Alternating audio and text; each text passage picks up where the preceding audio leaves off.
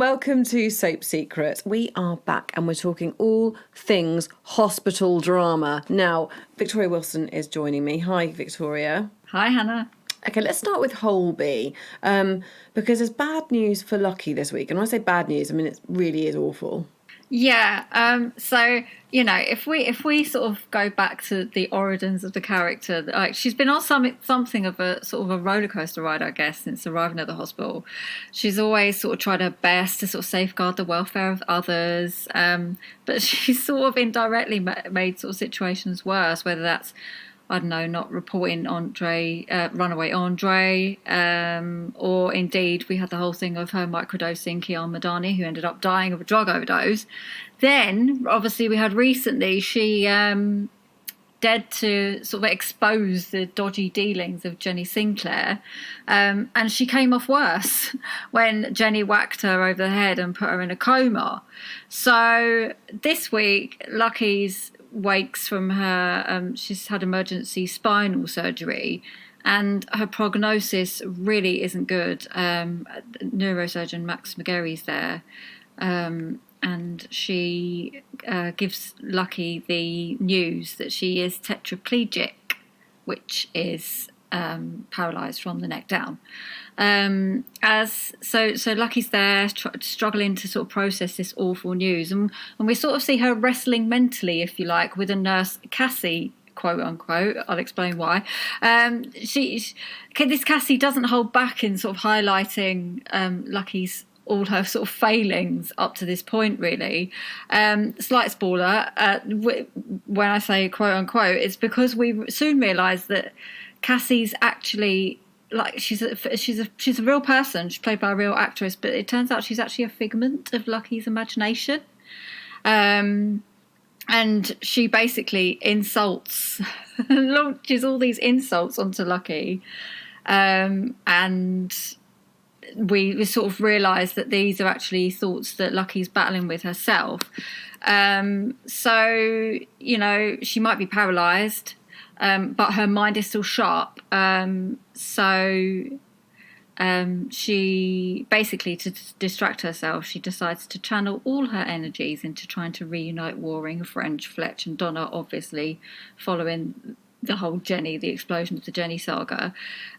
She feels encouraged by her good deed for the day, but then Max, they've been doing more tests while she's sort of been laying there, and Max at the end of the day has to deliver more devastating news that Lucky will never walk again. And she's sort of saying to her, that we can work on a treatment plan, some sort of physio, whatever, to try and get her back. But Lucky's not interested. For her now, the future, she sees the future as quite bleak. And as far as she's concerned, if this is what her life's going to be like, she doesn't want it. So she makes a really tough decision that she wants to take her own life and she wants Max to help. God, that is so... And presumably Max won't. Well, it's kind of left there with this sort of hanging in the air. I mean, this is Holby handling another really tough subject really sensitively. People in this situation do grapple with these feelings, but it's important to show that there is life after trauma, I guess you would call it. So it will be interesting to see how Holby tackles this one. Yeah, absolutely. I mean, it's just, I suppose you go through a range of emotions when something like that happens to you, where, like, she's shut down, I can't do this, I don't want to live. And then you come through that, hopefully, and then try and think how you can live with it. Some people would embrace it in any way they can. And I guess it will be down to Holby, like you say, to deal with that really as sensitively as they possibly can, or, take the viewers on that journey with her. Yeah. I mean, it's been put out there now, and I guess it can go one of two ways. We'll have to see what Holby decides. And of course that's the big storyline of the week. Of course it is, but sort of on the periphery, we've got Josh struggling with fatherhood, which comes as no surprise really. Yeah, it seems everyone's struggling with something at Holby at the moment. And like you say, I suppose for Josh, he's sort of struggling with the pressures of juggling fatherhood and work. You know, so in terms of what's going on personally, he's obviously worried about his premature babies in the special care unit, but then he gets stressed out when Ange tasks him with getting hold of, all she wants is some muslin cloths, but it's like, this is a really big deal. I don't know if this bit sort of man syndrome kind of, oh, can you get me this? And he can't, sorry guys.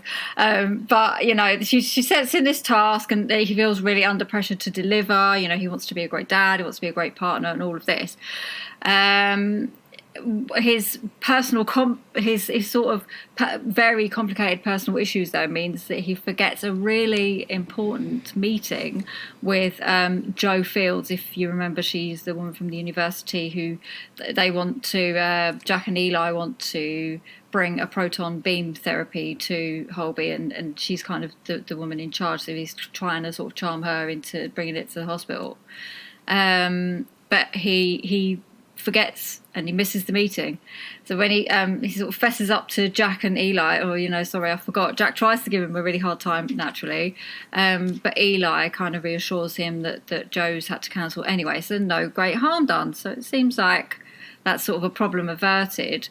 Sort of at the same time though, he's dealing with this patient on Darwin who's nil by mouth awaiting surgery, but he insists on eating this great big cake in front of him, and he's like, you know, really desperate. So after Josh's showdown with Jack and Eli, he returns to the ward to find out that the guy has gorged on this massive cake. Oh my God, Josh absolutely hits the roof. So there's a bit more perhaps going on there, which I'll explain in a bit, but it's sort of the main crux of this episode though for Josh is he sort of returns to the special care unit and Anna's gone. She talked about going home for a bath, and it's clear that the days, all of this have sort of got on top of Josh, and he has a massive panic attack, like full on, full blown, can't breathe, all of that, like really, really bad. And as the episode goes on, I mean, he does that. That's very in private. You know, no one sees, and he manages to sort of rally himself. But I guess what started off as like an older mum has babies storyline surrounding Ange has now turned into a focus on on sort of how a new dad copes with fatherhood.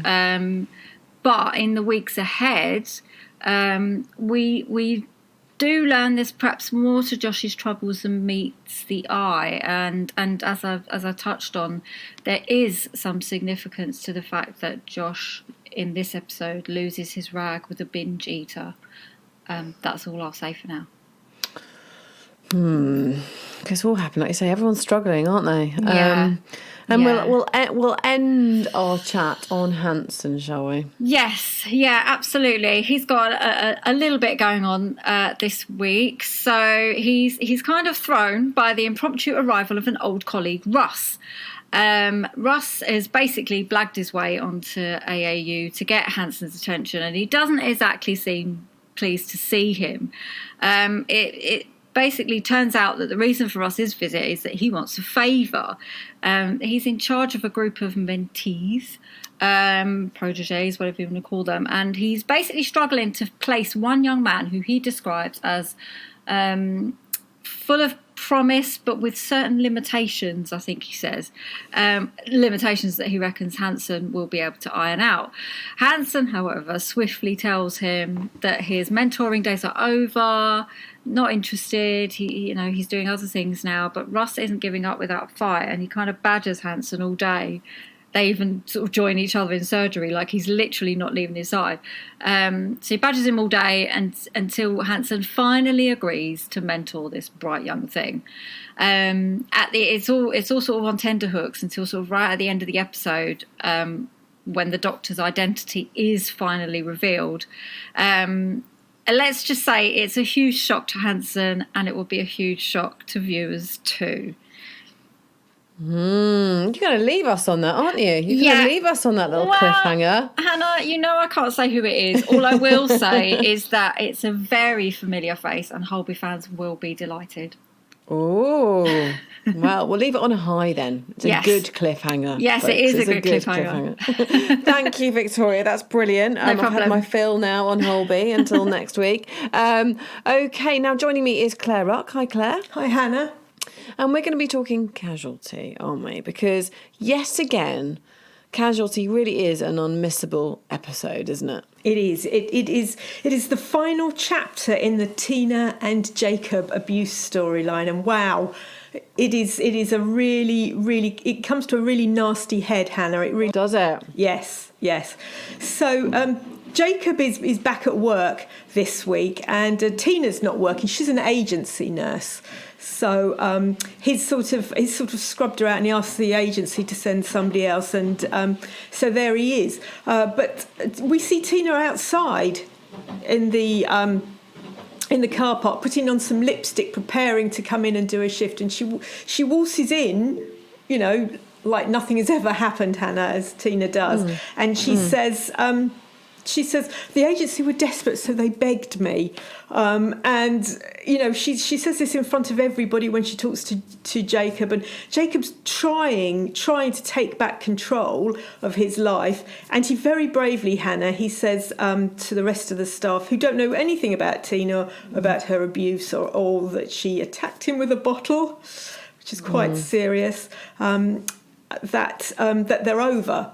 And that they're taking a break, and they're not going to get married. And Tina, this is not something you say in front of Tina. And she runs off, and you can see her getting really upset and saying he's humiliated me, as she normally does. She does something absolutely shocking, Hannah. She kidnaps a patient. What?